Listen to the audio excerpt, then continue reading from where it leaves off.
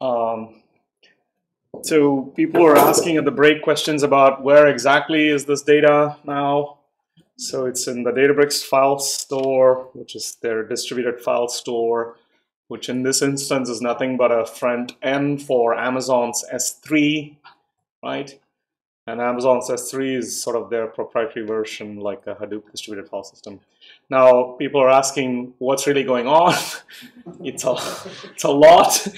Okay, so if you're into videos, there are videos on Hadoop. But I remember I pointed out this notebook with a bunch of key papers to read. One of those papers is on Hadoop.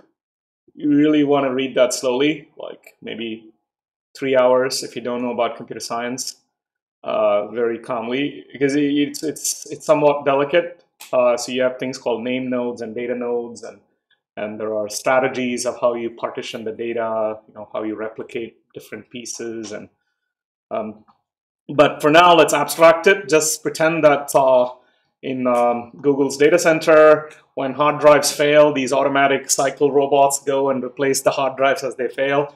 No sweat, all that's happening. And for us, we can just think that our computations that rely on these data will not fail with very high probability.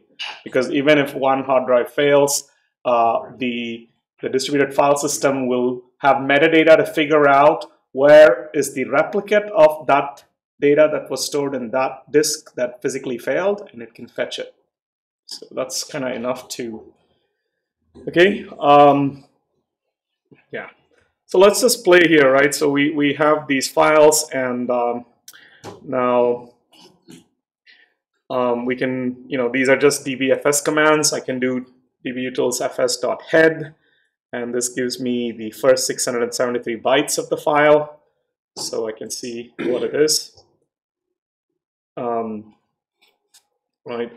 So if you want, you can sort of change this to 1,000 bytes. So you do something. Okay. So yeah. So it's just to. This is a safe way of peeking into a file. So here's our main command now. Now we're creating a different kind of RDD, or the way we're creating it. So we're using the Spark context, but using the text file method. So this is our way to read text file from a distributed file store. So we're going to read one specific file, the first one. Okay, so we pass that as an argument and evaluate it. What we get back is a RDD of strings. Okay, and so it's a map partition RDD at text file. So now let's perform some actions on the RDD. And so here, let's just count. So this gives us the number of elements. So there's 23 elements in this RDD. So now how are these elements? What are these? So let's take the first 5. So now each element is actually, so here it is. So this is my array of strings. 2, 3. So here is an array. And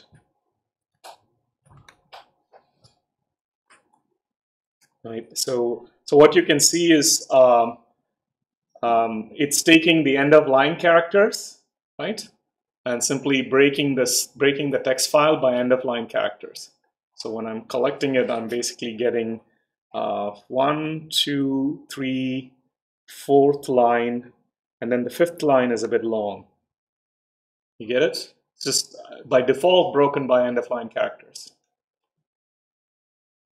And then I'm just printing for each line just to be a bit more precise, because you see the take statement gives me an array back to the driver, and I want to sort of see it line by line. Then I can just do this for each and print ln. So I will see it like it probably looks in the text file. Okay, so of course, before every time you do collect, you be careful. We know these files are not too big, so of course we can safely collect. So now I'm basically getting that particular state of the union as an array containing strings for every line, right? Including empty lines. Okay. So what we will do is we'll cache the RDB in distributed memory to avoid recreating it for each action, because in this example, it's not that expensive, but in other examples, we may want to cache the RDD. Cache means store it somewhere, usually in memory, or even disk only as well, because you may be doing a lot of very expensive transformations and actions and followed by transformations. And then after all that hard work, if you don't cache it, say to disk, you're going to lose it. That means, if you want to reevaluate it, it'll start all the way from the source, which is the distributed file store here, right? The directories containing the raw files. So if it's cached, is it able to assume that the same place would have left off? Yeah, that's right. So if it's so it depends on whether it's disk only caching or I think we'll see that in action soon. So and then also you have to be aware of over caching because you still have finite distributed memory. So when you're done with some things that you don't want to have around in distributed memory, then you can call something unpersist, so you can make it go away. So these are things we will, and then using the Spark UI, that memory tab, we can see how much memory is consumed by each object as we're creating as well. So we will pay attention to these things as we, Question: when you create this RDB for the text file, and how can we see how many partitions per unit? I think you can do glom, but remember, we know already that the number of partitions is 8 by default, right? I tried the same function, but it didn't work. Oh, you probably, did you try it on this RDD, or did you try it on the array thing? Yes, this one. This one? Yes. Okay, so let's try it. So I would like to kind of go a little fast because some of these things. Okay, so what is it called? Num partition. Get num partition. Okay, so you're saying this doesn't work for you? Yeah. Oh, it does not take parameters, it says. Okay, so it's 2. Yeah. Okay, so I had 2 partitions. Okay. I didn't set the number of partitions, did I? No. So that's how it's setting it. It's doing some heuristic under the hood. But my suggestion is like we kind of at least get to Spark SQL, because we will not be able to do social media. We will be kind of, I mean, it's okay. I can change the syllabus, but some of these questions are, we can sort of, I'm happy to stay after 5 for a half hour, right, before I start drinking. We can do these things later as well, because just, it's good. Just stop me, please. Still, I'm going to push hard because we want to get somewhere. All right, so let's see, where are we? Collect. Okay, so here I want to show you the cache, right? So we created this RDD. I'm sort of sucking it there, and then I'm going to cache it. So when I've cached it, it's still a lazy, cache is lazy. I have to actually do an action before it's going to actually cache. So now I did a count, it tells me it's 23. And then now you see if I do count again, it's going to do it in 0.12 seconds. So it's a little bit faster. It's because after the first action, because it knows this RDD is scheduled to be cached, it will do the action and then cache the RDD that was actualized or whatever out of this action. And so the next time you call count, it's not going to go and start from the text file and redo everything. It's going to just get from memory. And of course, this can be quite a big difference for large stuff. So I'm basically taking 5 and doing the same things from the cached RDD. Okay. So here's a life cycle of a Spark program. Let's see. So let's watch this quickly. The life cycle of a Spark program. is that you first create RDDs from some external data source or parallelize a collection in your driver program. You then lazily transform these RDDs into new RDDs. You cache some of those RDDs for future reuse, and you perform actions to execute parallel computation and to produce results. Okay, so that's basically in AJ's words. It's really good. Okay, so we are ready to do some actual interesting work now. So let's first transform lines to words. So for this, we need to loop through each line because that's what each element of the RDD has, and split it into words, right? So for this, all we have to do is split by white space. And in fact, because because we can call this method split by white space directly, we can do this. So for example, what we are right now using is flat map, because you see, when we want to take this, say this one, let's look at this fifth sentence, right, which was long. So fellow citizens, white space, off, white space. So when we start splitting that element of the RDD, right, by white space, it's going to be a one-to-many mapping, right? Because one long string, which is a sentence, gets broken into lots of little words. So that's why we're going to use flat map. And the dot split method is a method defined on a string. So it's an RDD of strings, so no worries there, right? So that's exactly what we do here. And then we're taking the first 100 elements. So now these are just broken by white space delimited strings.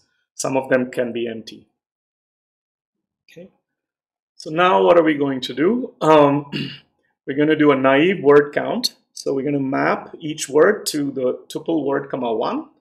And then this is a key value RDD. So we're going to do reduce by key and collect. So this is just all these concepts we've been doing slowly. So we flat map the line to split by words. And then now we're going to do a map where we take each word and turn that into a word comma 1. And then we reduce by key and we collect. Boom. So we've done a naive word count already. Okay. So what you can see from the collect statement above is certain things like punctuations and all these things make them unique strings. So like a for dot and whatever appointments comma is a different word than appointments. So we need to do a little bit more. So for this, there's something called regular expressions or regexing. So this is a way of using some kind of character sequences to manipulate patterns. So let's do a crash course on regex. So here I'm creating something called example. It's a string, and the string is master master. It's me Smeagol. This is from Lord of the Rings. Gollum will protect us. Master, it's me Smeagol, and it's got a bunch of characters, right? So now what I'm going to do is I want to replace multiple white space characters by a single white space, and that's this replace all. So I take example and replace all occurrences of, this is the regex for multiple white spaces. Okay, single, double, triple, and by a single white space. That's nice. So and I'm going to do this.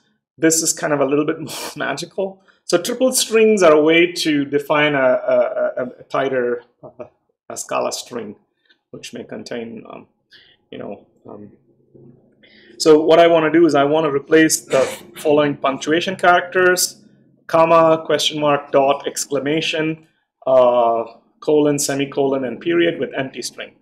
That's what this part is saying. This open parentheses, square brackets, anything here, I want it to be replaced by nothing. Okay, and then I want everything to be lowercase. So,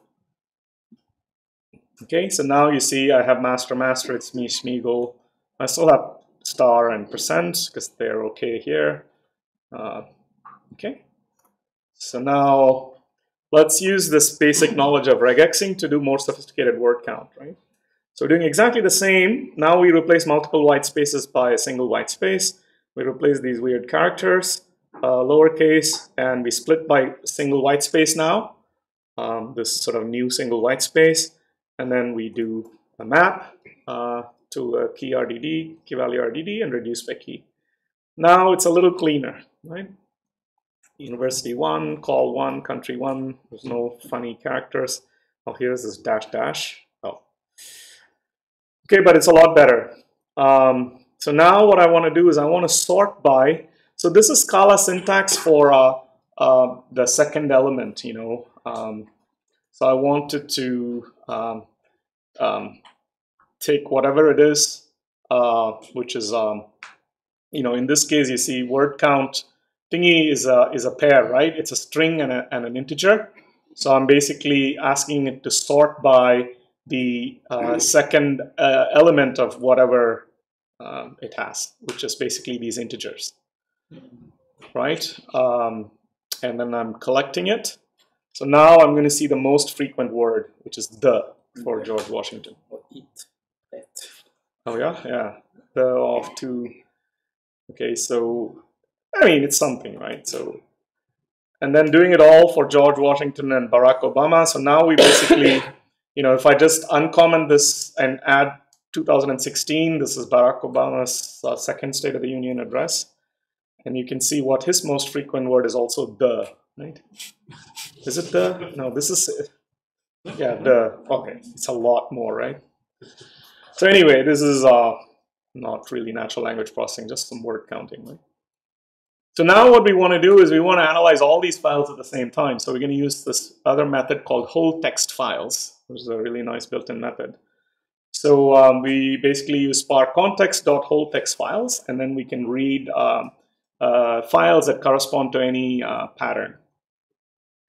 And then what it'll produce is it'll return an RDD that returns the file name as the first element and the contents of the file as the second element. Okay, so it'll give you these sort of key value pair RDD where the key is the file name itself, which is convenient, you know.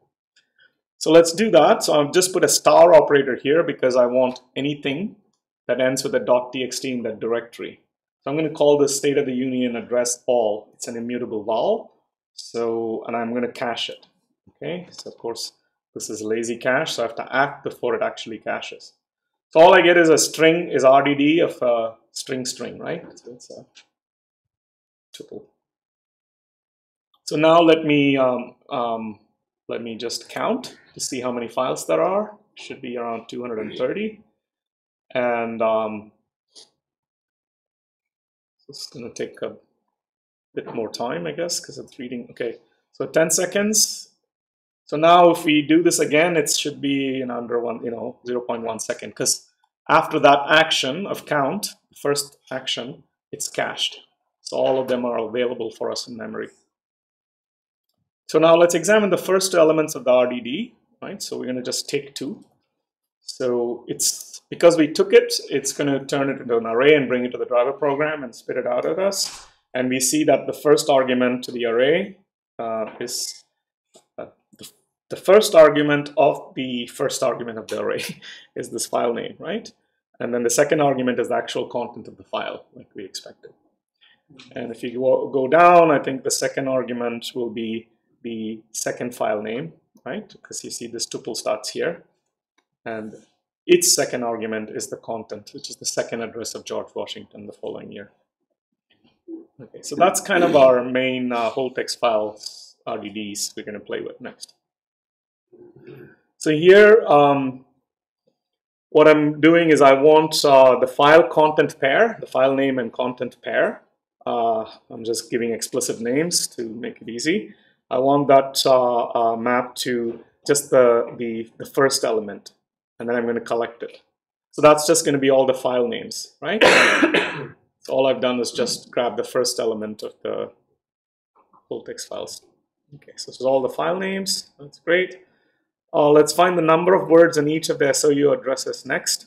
So now I take my file contents pair, and then I'm going to take the ._2, which is the the Scala tuple, like get me the second element of the tuple. Okay, so this is now the content of each file, right? So that's all this is.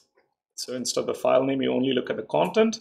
Now I'm going to do the same game I did for each file before, right? I'm going to do replace all, double white space by single white space, replace all funny characters I don't want by nothing, and to lowercase. And then finally I split by a single white space. And I'm just interested in finding the length of the array, let's say, right? So this means for each speech, I will know how many words there were, I think. Yeah.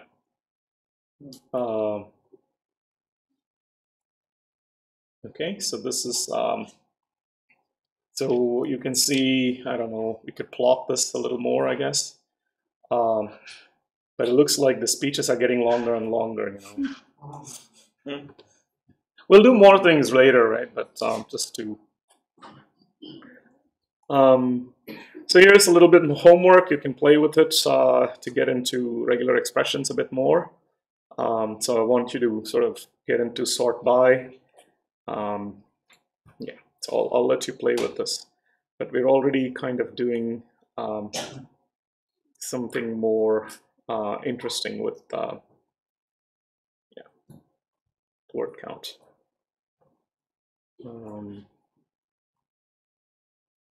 Yeah, so this is all just some exercises for you to play a bit more. Yeah, and this is mainly to get you guys more comfortable with the dbutils file system, because I kind of dropped you in the deep end. Do this, make dirs, blah, blah, blah. Like, just kind of pay attention to the help file, see what... Okay, so we're going good. So anyway, I think we're pretty okay. We're just 25 minutes late. It's all right. Okay, so now what I want you to sort of get a feeling for is RDDs are really what's under the hood. That's the abstraction. That's kind of justification for these resilient distributed data sets, which are essentially are lineage graphs or recipes of what you really want to do, and then you can always recreate the food from the recipe. That's kind of the high level idea. But then you have to be kind of an expert to really cook with RDDs. It's a lot going on, right? So one way out, a safe way out, especially for data scientists, is to work with these interfaces into RDD called data frames, Spark data frames, and Spark data sets. And there's a lot of advantages there. So there's memory level advantages. There is so this is our assignment for those who are taking it for credit or certification, right? So if you kind of go through this after we spend the next you know, until 5 p.m. on other stuff, you'll start understanding what these entry points, you know, data frames and data sets are really good for, right? So so they basically allow you to optimize the memory usage using something called tungsten. So you can sort of store things with about a quarter or so of the memory needs of an RDD. It's because when you know the columnar data type, so if you know this is actually a data frame which has a columnar structure, and you know the first column is a string, the second column is an int or whatever, the third one is a Boolean, then you can take advantage of these known types to do efficient columnar compressions. And so there's a lot of magic going on, right? I mean, not magic, but a lot of computer science going on. But RDDs are like very, very raw objects, so much more general. So yeah, so I mean, I told you about unpersistent views. So we will actually do these things directly. So, and then we can start writing SQL statements directly once we register it, you know, the table view. So this particular thing will give you kind of a slight overview and force you to do a tiny exercise, but so let's really get into SQL. So here's a Spark SQL programming guide. So what I've been trying to do is compress this programming guide to the bare minimum concepts we will need for Wikipedia clickstreams example I was trying to get to today. But these homework notebooks are actually a Databricksification of a lot more of the programming guide itself. So, you know, so what I mean by that is 007 is like things we really need to actually start doing things. And then, but if 007A is actually sort of the breakdown of the SQL programming guide. So this is homework 07B, C, D, E, F.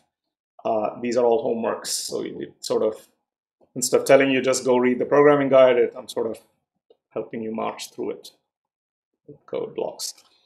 Okay, so please do that. So what is SQL? So SQL is this is an embed from Wikipedia. It's a structured query language. It's pronounced SQL. It's a domain-specific language used in programming, and it's designed for managing data held in relational database management systems, or RDBMS. So there's a whole division in IT here that studies databases and stuff. So this is a huge area, and you know, we're basically going to use. So you know, there's a bit of math under the hood. There's you know, it's based on relational algebra and tuple relational calculus, and so there's quite a lot of language language expressions that SQL allows. So HiveQL is you know, it's a variant of SQL, and it offers certain extensions that are not in SQL. So Spark uses some flavor of SQL. Okay, so this is just an embed of the Databricks.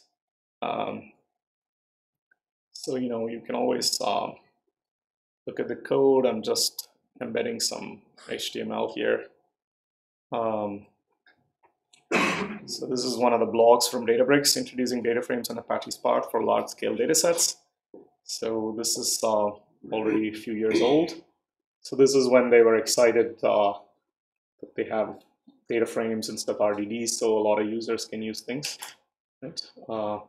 So I will going through this. So this is another nice blog. So so a lot of people are confused with RDDs and data frames and data sets, which is a more recent thing, 2016. And these are essentially much more strongly typed. So they're very powerful, and we will play with them. Okay, so here is an overview. So Spark SQL is a Spark module for structured data processing. So unlike the basic Spark RDB API, the interfaces provided by Spark SQL provides Spark with more information about the structure of both the data and the computation being performed. So internally, Spark SQL uses this extra information to perform extra optimizations, both at the memory layer and the serialization and deserialization, compression formats, and all kinds of things. Okay, so this is good because if we only need to work with structured data, then and a lot of machine learning will fall in this framework. You'll see once we do the ETL and extract the raw data into a tabular format, then it's safe to stay in the data sets and data frame land. Okay, and that's what we'll pretty much do. Okay, so so data frame is simply a type alias of data set row. So row is a type, and so initially data frames were built as built first, and then later on data sets caught up. So so let's just do stuff. So here's our sort of main entry into Spark session, right? So this is our Spark session. So let's see how do we create data frames, right? So with the Spark session or with the SQL context, right, which is what the Spark session stands for. So we can create a data frame from an existing RDD or from a Hive table. Let's see what this is. or from various other data sources. So you may be, you know, you may have some JSON files or Parquet files. We will see Parquet for sure.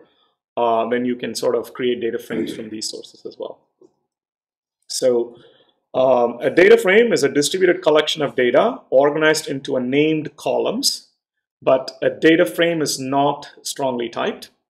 You can think of it as being organized into a table RDD of case class row. So that's how we will actually create them downstairs. And data frames in comparison to RDDs are backed by very rich optimization, including tracking their own schema, adaptive query execution, code generation using CodeGen. There is something called a catalyst optimizer, which figures out how to optimally lay out the SQL queries in the right order. It'll optimize the logical plan and the physical plan and all these things for you. And then this project Tungsten is for optimized storage. So it tries to minimize the garbage collection in JVM and all sorts of things. So anyway, so what we kind of want to pay attention to is that the Scala data frame is way faster than the RDD, Scala RDD. Okay. And you know, Python RDD is even because you know you have extra babbling between Python and. But these things are changing fast, right? Because I think the PySpark data frame is now really fast, about the same speed as yeah. So anyway, any empty data frame.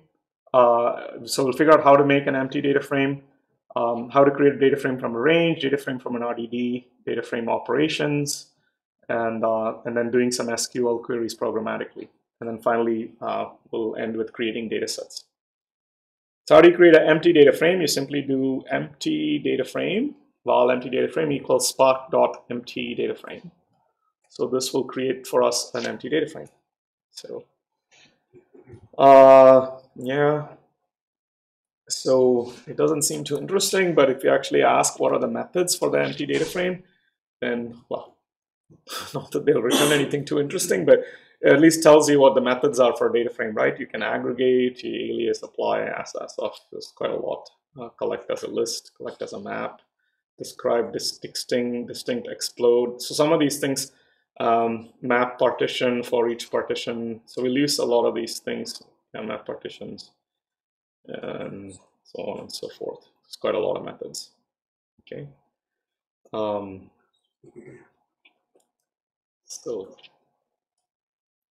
making a data frame from a range. So here is spark.range03. So I'm just, and then I'm going to do .2df. So that's how I convert an RDD to, how do I convert a range of numbers to a data frame? Okay. So it automatically inferred that this is long, or I think it just assumes it's long. So then I can ask .show, which is just showing the elements. So this is like sort of a tabular format. So this is a very nice way to just see quickly what's there. And I think by default, it'll only show the top 20 rows or something. And then how do you make a data frame from an RDD? So you first make an RDD, convert the RDD into a data frame using the default 2df method, and then convert the RDD into a data frame using the non-default .2df method, and then do it all in one line. Okay, so let's try it. So you guys already know this. sc.parallelize 1 to 5.map I to I comma I times 2. So I should get 1 comma 1 and 2 comma 4 and so on. So let's collect this RDD1, right? 1 comma 2, 2 comma 4, 2 comma 6. So now I want to convert this to a data frame. So you see, this is an RDD if pair int. Now, if I just do 2df, I get it to be, it automatically gives column labels _1 and _2. And it's a data frame of type int. So that's what it's, yeah, just taking the types from there. So we may want to just show this so we can see that the column header is _1 _2, the default names, and we see our 2 columns. Okay. So we can, of course, call this once and twice. We can give it, when we do the 2df, if we put strings, then that will give you the column names, which is nice. Okay. And so we're just doing it all in one shot. Okay. Parallelize 1 to 5, map 2df once, twice. Is this okay for everyone? Okay, so good. So now we're going to do untyped dataset operations, right? So these are data frame operations. So what we, so we're trying to do some imports. So now let me print the schema. So this is, you can see the schema for the data frame 1 that we just made. So it says the schema is, starts the root, and then it has these branches called once and twice, and it's of type integer. And then this integer is not nullable. Okay, so it's can't be a null. It's nullable is false. That's how it's built the schema. So then I can ask it to just do a select statement. So I can say select once dot show. Okay.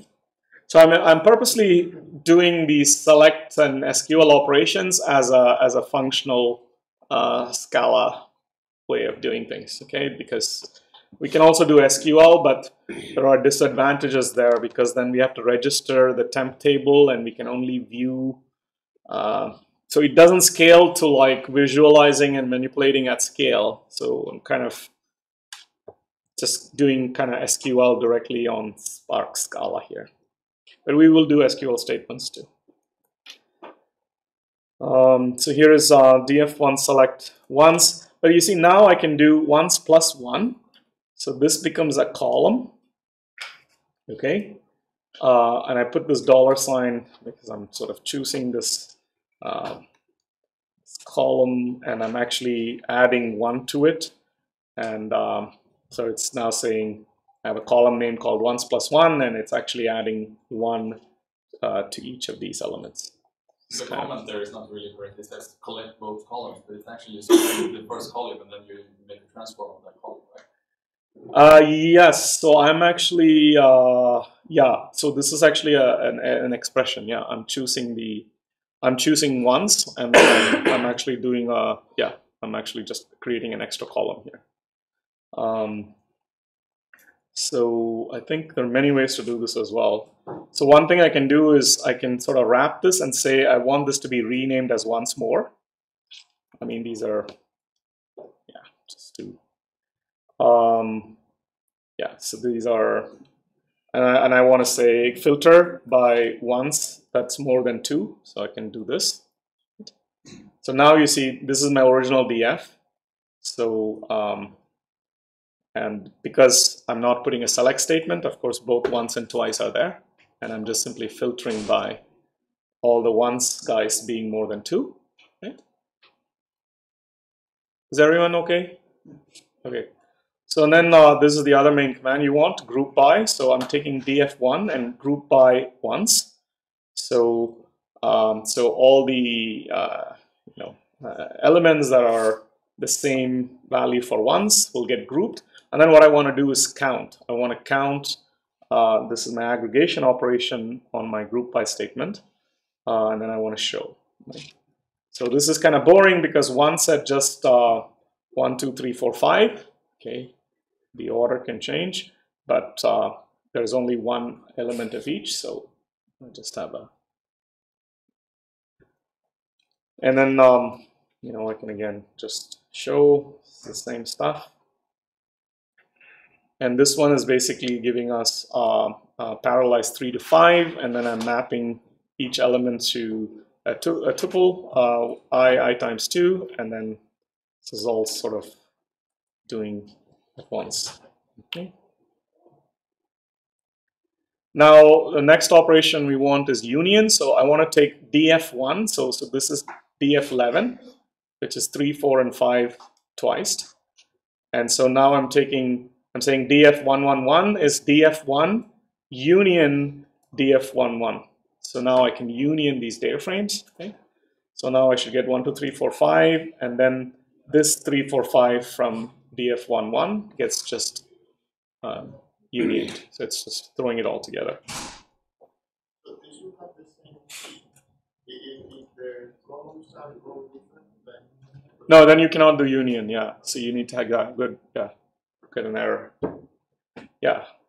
So now I'm going to do group by once and count, because now df111 actually has multiple occurrences of the ones.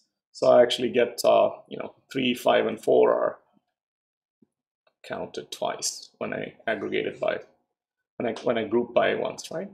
So this is kind of SQL, basic SQL, but I'm sort of forcing you to do it functionally in Spark, okay, the Scala. Okay, so a complete list of the types of operations that can be performed on the data set. Refer to the API documentation. And this is a good idea. It's quite a lot you can do. And there's a lot of nice examples and stuff. So this is how I learned stuff.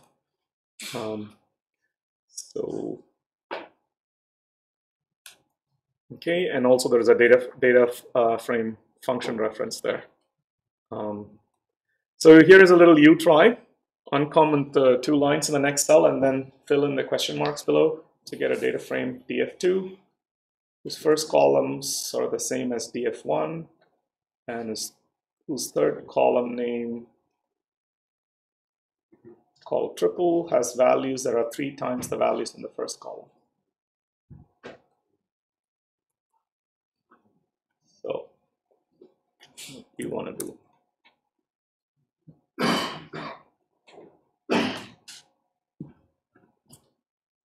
What do you guys think? R, A, Z. So I don't know. Okay, what? I times 3. Yeah, I really need some beer. Ooh, it's just for my brain. It's not a commercial. I'm in Sweden. I'm gonna have the police after me. All right. It's a long day, guys, so it's good. You guys are awake. So, okay, so let's, I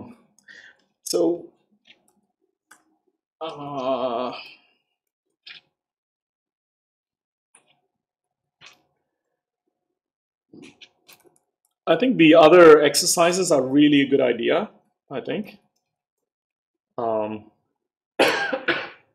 Okay, running SQL queries programmatically, right? So what we are going to do is now we're going to take df1 that's hanging around as a data frame, right?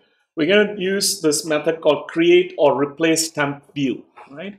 This creates an SQL temporary view for us as a Hive table, and then that table has this name SD table. So then the beauty is once we've done that, we can now do things like this. We can say val SQL data frame is actually spark.sql, and then you can do a pure SQL string here. So how many of you know SQL?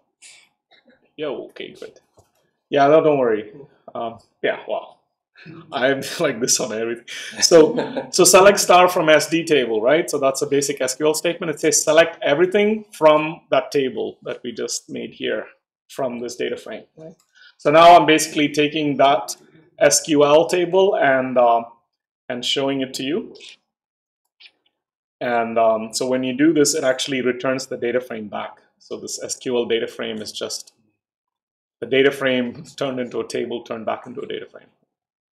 So this is powerful because now with these registered temp views, this is a convenient way to babble between languages. So now you have the same table, SQL table available to you via the Hive, whatever the tabular interface from R and from R, Spark R and PySpark. So you can babble, so with this, yeah. There are other ways to babble as well. And if it gets too big, for example, create or replace temp view will only work if the table is going to be fitting, it's not too big. If it's way too big, then you have to write this data frame to something called Parquet files, for example. These are Google's column optimized storage formats. So they're great ways to store, what do you call them, columnar data, right? And because they take advantage of compressions, and they're still fault tolerant and distributed, so you can inject Parquet into any distributed file store like HDFS or S3 that's under the hood here.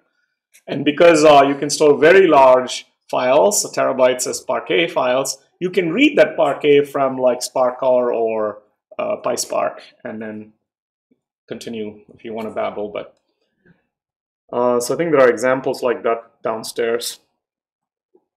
So now let's see, select star from SD table where once is more than 2. So these are just some SQL statements, right? Some kind of not like against SQL. So you can also directly have SQL cells by putting %SQL. And an SQL -- is actually a comment. So now I'm simply asking select star from SD table. And the nice thing is in Databricks, it automatically displays like this. And in fact, there are a lot of plots. I mean, there's a lot you can choose from pre-made plots. So here's another SQL statement: select star from SD table. Remember, it's not case sensitive, so it's you see. So then there is a difference between global temporary view and this other thing.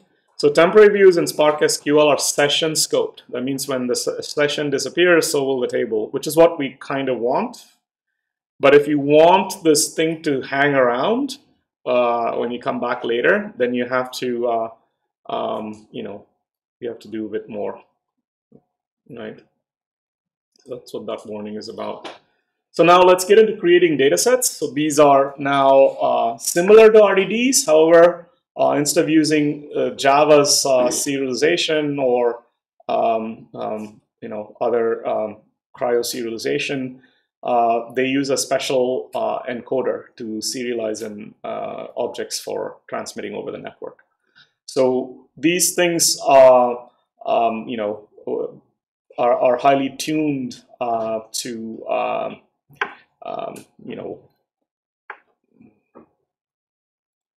So while both encoders and standard serializations are responsible for tuning an object into bytes, encoders and code generated dynamically use a format that allows Spark to perform any operations like filtering, sorting, and hashing without deserializing, blah, blah. So to understand this, you need to dive into links here. Okay. So, and this is all of this stuff. So this is the whole Tungsten stuff. So Tungsten is this in-memory storage format for Spark SQL and data frames. And okay, so so data sets and data frames essentially take advantage of a lot of engineering, basically. So let's. I'm also getting a bit tired. I want to get somewhere though. I want to get to Wikipedia clickstreams. We're almost there, so it's mostly syntax. So, okay. Okay. So so what's the main thing with data sets? So you can create a data set, okay, like this, spark.range. So it says it's a data set of long, and then I can do show just like data frames. Okay, so now column name is ID here. We can have more complicated objects in a data set. So this is something called case class. So this is a very quick way to define a class in Scala. So you can say this is a case class called person, and this case class has two members. One is called name, it's a string, and another is called age, and it's long. So now if you have a 2-column formatted data set you want to make, you can just do this through the case class.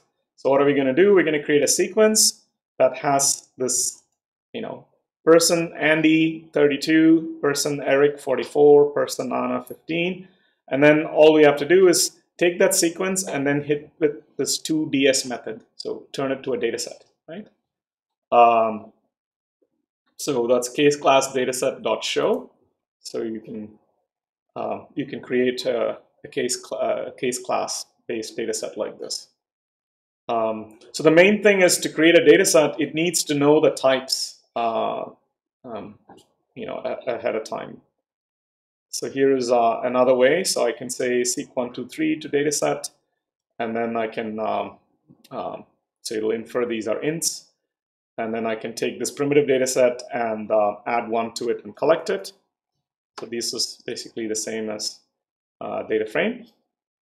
And here's my data frame and data frame.show. It's still there. So now let's make a case class for our data frame so we can convert it to a data set. So here is a case class called single and double integers. And the first one is called once, and the second one is called twice. And they're both of type integer. Okay, so let's do that. Now you see this is a slick way. So I already have a data frame df1, right? Which is really a data set of row objects I told you. So what we want to do is give it explicitly the type information. And that's what this case class we cooked up is going to do. So we can take the data frame and then do .as, and in square brackets we can pass in this case class. So this is a very type explicit specification that's needed to create a data set from a data frame, right? And usually data sets are where you want to work because everything is explicit when you know. Okay, so now I'm showing data set, and yeah, so I will let you watch these things. These are sort of key data management concepts. If not coming from the IT sector, so you need to kind of understand what's a semi-structured tabular data, what is a structured data, and things like this. So this is a very nice video that kind of tells you about key concepts in data management. So, right. So now, what I recommend you do today, or not, well, in the next 8 hours at least, you should prepare before the next meeting, is go through these, please, because it's going to kind of walk you through the programming guide. And you don't need to know everything in detail, but at least what we did here, it'll be nice if you kind of know that. Okay, so now let's do this. This can be a little fun. So this is Wikipedia clickstream analysis. So this data set is based on 3.2 billion requests that were collected during the month of February 2015, and they're grouped by source and destination IDs. Okay. So this is sort of the source, and so what it tells you is like, where did the reference into Wikipedia come from? So did it come from Google, or from the New York City website, or where did that come from? So these are different web pages within Wikipedia. So did it come from other links in Wikipedia, and so on. So the notebook was originally a data analysis workflow developed with the Databricks Community Edition, and I don't know, I was drinking coffee in New Zealand around then, and I just saw Michael's tweet, and so I just started watching him live from this Spark Summit, and it was kind of a fun exercise, right? So it's literally a rerun of that. So this is good watching if you want. This is when Spark 2.0 just came out. So here is a little more about the data set. So it's the February 2015 English Wikipedia clickstream data, and it's available there. According to Wikimedia, the data contains counts of referrer and resource pairs extracted from the request logs of the English Wikipedia. So when a client requests a resource by following a link or performing a search, the universal resource, what is it, URI is indicator or index? What is URI? URL is universal resource locator, right? URI is Uniform Resource Identifier. Oh, thanks. Yeah. And URL is what? Universal Resource Locator or Uniform Resource Locator? Universal Resource. Okay, good. Sorry, I try to stay awake, trying to recollect acronyms, you know. Okay, we'll wind this down. But this is fun, right? So we have this nice data set. It's 22 million pairs, and and it's already been loaded for us here, so we don't have to do any of this wget and all the hard work. So because we have this folder called Databricks datasets, Wikipedia datasets, click streams, raw and compressed, we can just directly load it from the distributed file store. So let's first understand this Wikimedia dataset a bit more. So here's this blog. See if you can sort of yeah. So here's a bit more about so exactly what's happening. So here are your referees, pairs, and where it's going. These are the different links in Wikipedia. So it's kind of interesting data because you can start asking interesting questions now about how people are landing in different pages, right? And it may say something interesting. So this is just a quick check. We really need Spark more than 1.6. Just so the first thing we're going to do is create this immutable called data, which is just Spark context text file, and this is the path, right, to this place. Data is already loaded in the Databricks training program, so that creates a nice RDD string for us. So now let's do an action and take the first 5 elements and print it.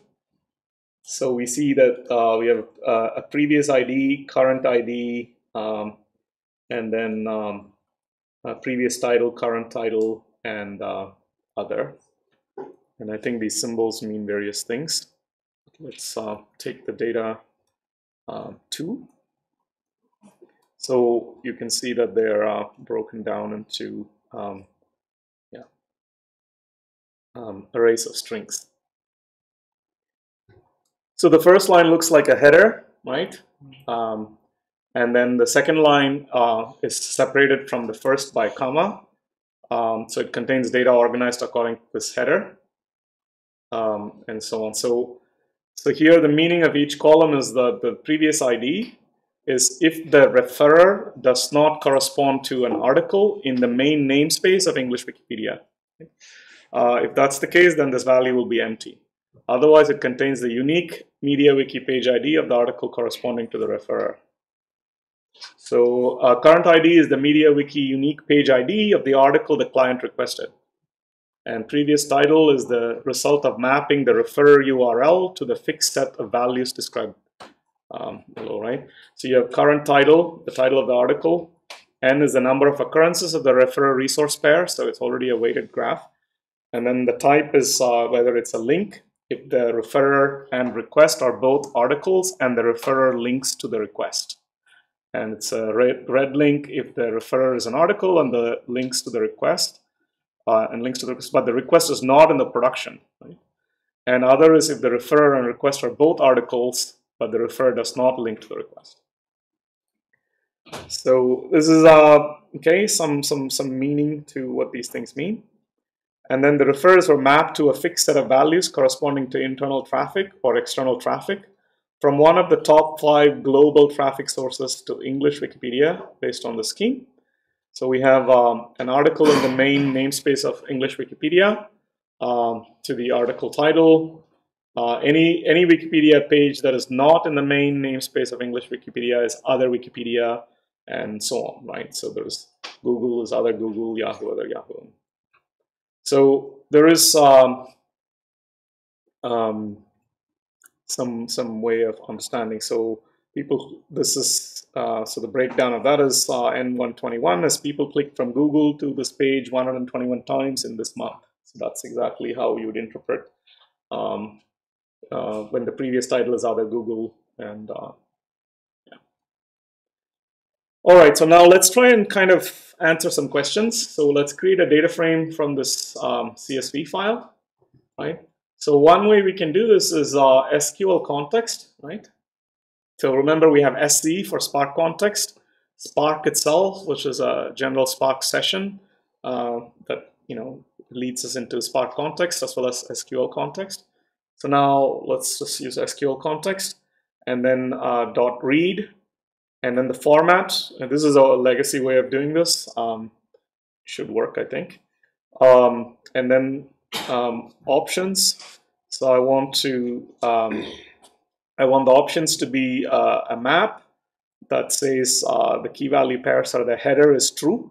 So this gives me a whole bunch of options once. And I want the delimiter to be tab. And then I want the mode to be permissive. And I want the inference scheme to be true. So I want it to be sort of automatically infer the schema from the CSV file. And then finally, I load it to the distributed file system. I have no idea if this will work. It should work. Yeah, there's a slightly slicker way of reading this now because CSV readers are already in place now. Okay. Now we're reading data. And when that's done, we should be able to print schema and see that the previous ID was inferred to be a nullable integer, the current ID is a nullable integer, and so on. Nullable means it can take null values. Right? So let's see. So are you guys running this now? Yeah. All right. Let's burn some electricity in Oregon.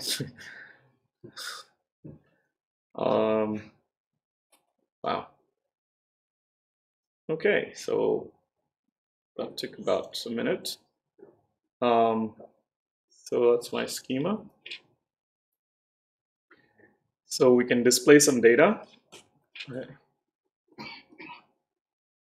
Oh, that's stupid. I should probably cache that. So, do you know what I mean? No. So this is a data frame, right? So I read this and made this, and I said, if you don't cache this, it'll go and redo this whole thing again, right? So what we want to really do is cache it, so we don't keep redoing this. So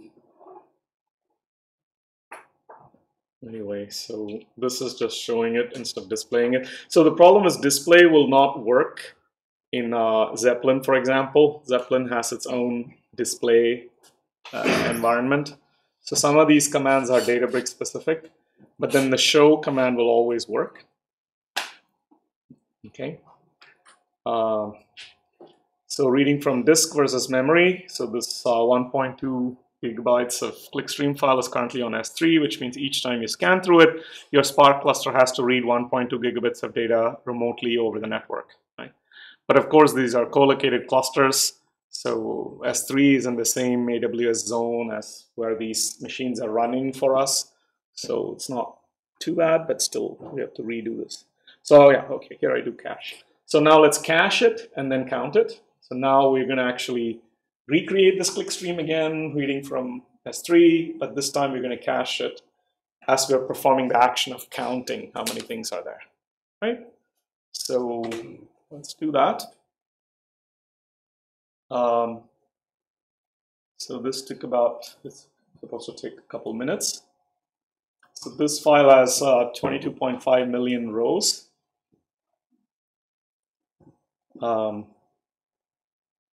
Yeah, so now I think once it's cached and I count again, it does it in 0.6 seconds. So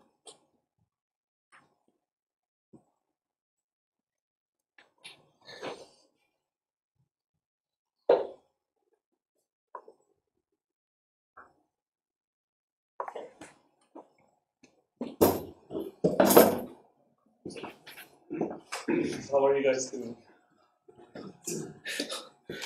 Okay, I mean, should take about a minute, but I'll sort of walk through it, what's supposed to happen. So we have over 22 million, 2.5 million rows. And then we can ask questions like this. That's the whole point. So what are the top 10 articles requested that year? So this is, so now I can say display, click streams. So I can select, this is more explicit. I'm selecting the column current title from this data frame click stream. And I'm also selecting the column called N. And then I'm grouping by, right, because N tells me how many times that event happened, right, that click. So now I'm grouping by current title, and then I'm simply summing it. And then I'm ordering by the sum of N, right, just counting in descending order. So the highest sum comes on the top. And then I'm limiting myself to the top 10, so I put limit 10. So then we know that the main page is like more than half of the lands, 87th Academy Awards, 50 Shades of Grey, right? I don't know. So, and the film. So anyway, deaths in 2015. That's pretty weird.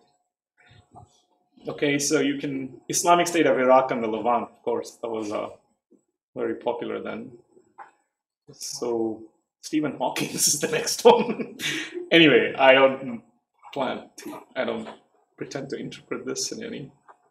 So then you can ask other things like this, right? So you can take the click streams and select click stream, previous title, and then the column N, group by previous title, and once again sum. So who are the top referrers to Wikipedia, basically?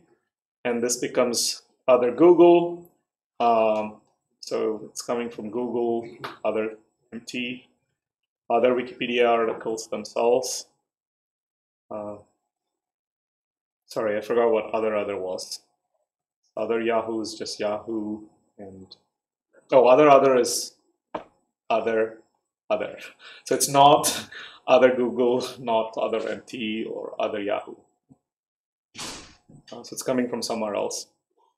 Other Twitter is pretty high too. So anyway, these are the kinds of things you would start exploring with large data sets, right? Using SQL expressions. So it's so and what are the top 5 trending articles people from Twitter were looking up in Wikipedia? So what are we doing? We select current titles, previous titles, and N, and then we filter previous title to other Twitter, right? Because we want Twitter references. And then we group by current title and sum, order by descending. So apparently Johnny Knoxville, Tampa plane crash. So I mean, this is something interesting, right? So what percent of page visits in Wikipedia are from other pages in Wikipedia itself? That's also interesting. So so what do we do? So select expression is another way. So instead of just select, which usually can select columns and do very simple operations like +1 or whatever, select expression can do much more generic, general expressions. So in this case, I'm just using it's just using sum n. So I'm basically summing the n column, and then looking at the first and get long of 0. Okay, this is just a very slick way to basically sum the column called sum, sorry, column called n, and report the output as a long. This is ugly Scala stuff. Okay, this first will give me, so this part will just give me the sum, right, of the column n, and then first will actually give me the first element as an array, and then I need to get that as a long of the 0th element, which basically will give me the total sum on n. That's all clicks. Then what I want to do is I want to define another one called referrals, where I do click stream And then now I'm filtering by previous ID is not null. So I only want non-null previous IDs. And then I'm using select expression of sum of n. And then once again, I get first get long of 0. And then I do a percentage now. So I basically take the referrals that are not null and then divide by all clicks. So I get a 33%. Okay, so that gives me the percentage of page visits in Wikipedia that are from other pages in Wikipedia itself.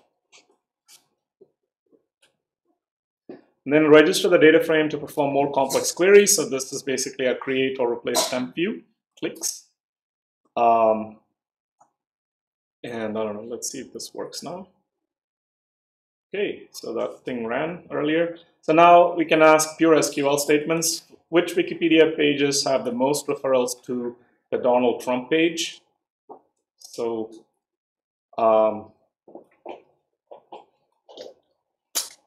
you've already seen this probably, right? So yeah. So we select star, all the columns from click, where the current title is the string Donald Trump, and the previous ID is not null, and previous title is not equal to main page. And then we order by n in descending order, limit to 20. This is really elegant, right? Compared to all the functional programming. But we should do both. This is very useful when we register temp tables and explore in pure SQL. So as you can see, Ivanka Trump is the most popular. Oh, Donald Trump to Donald Trump is the next. That's not surprising. Melania, Ivanka. Okay.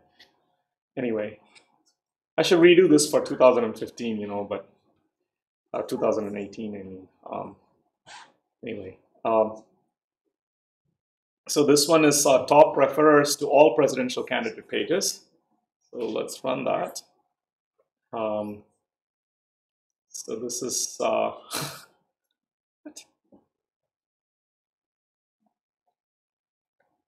Really? I'm getting confused. 50 Shades Darker. I don't know. What are we doing here? Oh, this fix me. Okay, so I don't know. Guys, yeah, okay, I know what to do. So this is homework assignment. Okay. Sorry, I was trying to do something. Anyway. Yeah, so then, so what would be nice is to load a visualization library, okay? So, so I think Michael did this live in that same, this is the notebook from his tweet, right? So, so he saw some other tweet or something, and then he went there and he grabbed this D3 program. So let's actually open this up, show code. And it used to be called package D3, but Ivan Sadikov, who's this data engineer from New Zealand, he kind of fixed this because Databricks' layer changed last fall. So, but basically it's the same. So what's going on here? You know, this is a Scala package. We're importing a bunch of things. Backend daemon driver, enhanced RDD function, display HTML. So this is basically how Databricks uses. This is how I'm displaying like web pages embedded, you know, in a cell, like when I show something from somewhere. So we want to use display HTML to pump what's called D3. Do you guys know about D3? D3, let's see what, yes, data-driven documents. So this is a very, very powerful way of interacting with data driven by, so there's quite a lot going on. Let's see, let's put something at random. So, you know, phylogenetic tree of life, for example, right? And you can, okay, this one's not that exciting. So let's look at, so you can actually start interacting with it. And in fact, you see, yeah, these are cute examples.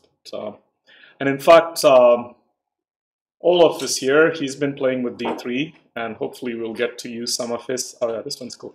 So this is, you know, force-directed layout, and you can, it's just pure HTML, but inside the HTML there is all this JavaScript stuff, and so you don't need to, know too much about this. So all I'm doing is using a very simple interface into this. I mean,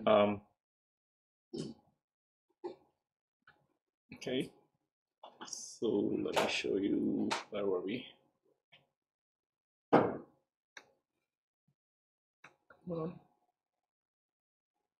on. Sorry, wrong shard. Okay, there we are. So, so there is a case class called edge. Okay, it has a source, thing called source, which is a string, and something called destination, which is a string, and it has a count, which is a long. Right, so it has 3 members in it, and it's an edge for a graph because we're going to create a graph, right? And then there is a case class called node, which has an element called name, which is a string. So we're going to give nodes with strings.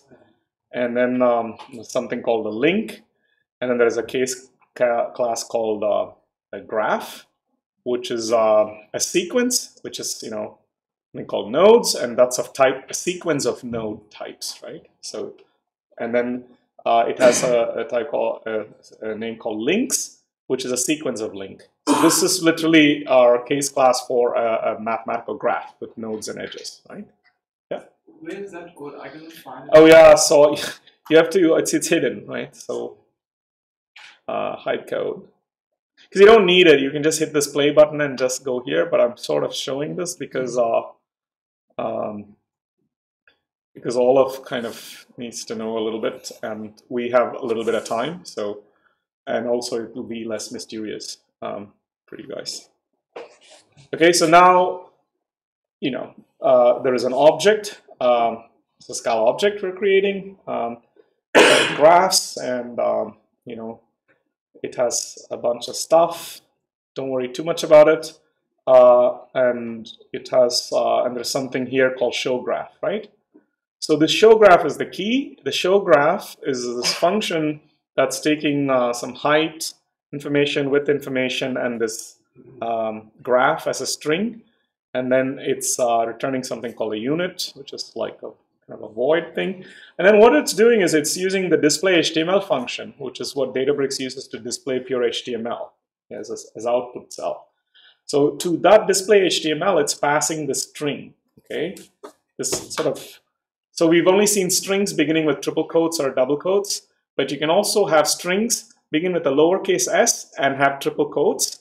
Now the beauty is you can put $ inside this s beginning strings and then pass arguments in. So that's basically, so if you kind of look here, see this $graph. So this is an argument being passed into the string. So that's the only difference, and width and height.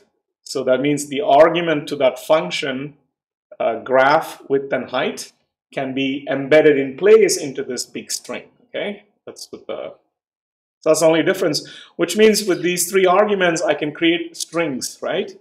And that string I can feed to a display HTML, and I'm done. I'm basically able to show D3 visualizations if the D3 visualizations come in as strings, which is just, okay. So this is how it should look if you don't hide it. You have to execute it. And then if you do d3ivan.graphs.help, it'll show you some little help file that's written there in the function. So don't worry about understanding all that. It's mostly for Olaf here. So then what we can do is d3.graphs. We can say I want this method force applied to it, and it has height 800 width 1000, and then I'm going to actually pass as this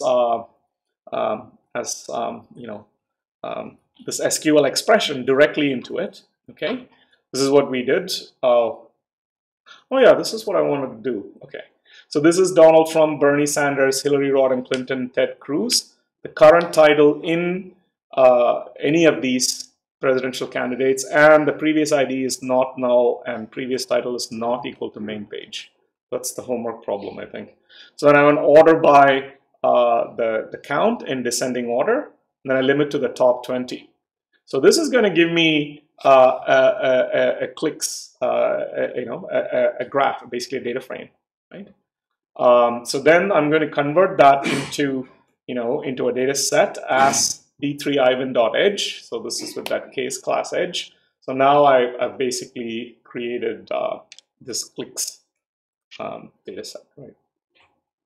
So this should now pump in and give me the D3 I want. Okay, that looks a little ugly. I don't know what happened. It could be something with zooming out. so I don't know, something like this. It's not bad. So okay, so that's the idea, right? So I can just pull Donald Trump around like crazy. I love you, man. Anyway, maybe we should call it a day, right? So you see, it's actually not too bad to inject fairly sophisticated D3 code into SQL queries and have visual interactions on D3 and so on. Oh yeah, let's say before we quit, let's do this. We still have several minutes. So I told you about Parquet files. These are very important, right? Because to babble between different languages within Spark, like R and Python and stuff, one way is to register the temp table, and then you can use SQL directly from anywhere. The other way is to write to Parquet files. So what are Parquet files? So Parquet files, or Apache Parquet, is a columnar storage format that's available to any distributed file system like HDFS. And to understand the ideas, it's this classic Dremel paper, right? So you want to look at this. So a lot of these things, well, Google is not the only one, but yeah, they are dominating. I mean, they've historically dominated open sourcing a lot of their ideas that they use in-house. So this is the interactive analysis of web-scale datasets, this Dremel paper, and it has the core ideas behind, behind what's really going on in Parquet, right? So yeah, so it's all like high-level.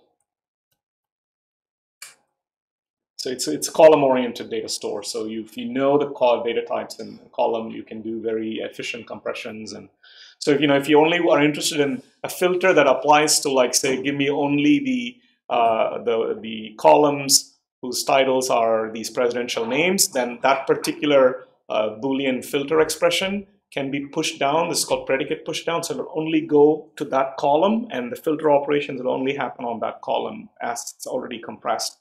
So it's very efficient. So these other things that So if you have data frames and you can really do quite a lot of nice things with column compressed storage formats.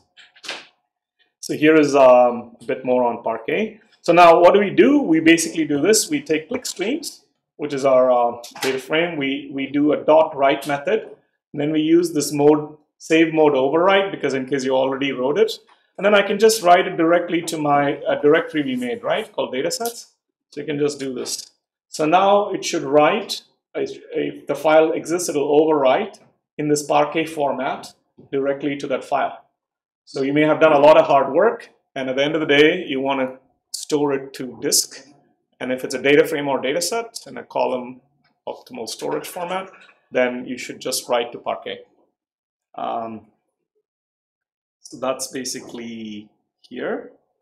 And then once you've written to it, you can load from Parquet. So you can say sqlcontext.read.parquet, and now I'm creating something called val clicks, and it'll just read it. And this read time is super fast, right?